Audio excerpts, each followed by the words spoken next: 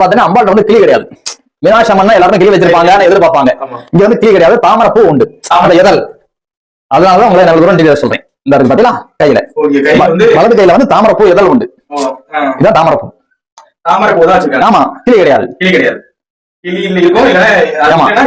இங்க வந்து பாத்தீங்கன்னா ஏன்னா மீனாட்சி அம்மன் ஆயிரத்துக்கான கிளி தான் எல்லாரும் எதிர்பார்ப்பாங்க. ஏன்னா எல்லாத்துமே கையில வந்து வலது கையில கிளி தான் இருக்கும். இங்க வந்து பாத்தீங்கன்னா தாமரை பூ. இது ஒரு அற்புதமான ஆலயம். அதுதான் ஏன்னா பூவிலே வந்து ஒரு சிறப்பான பூ வந்து தாமரை பூ. எல்லா பூ செலக்டா வந்து கிடைக்கக்கூடியது. தாமரை பூ வந்து கொஞ்சம் வெயிட் பண்ணா தான் கிடைக்கும். இவங்களுக்கு கிடைக்கணும் அப்படின்னா இந்த மாதிரி புதன்கிழமை வந்து ஒரு 11 அபிஷேகங்கள்.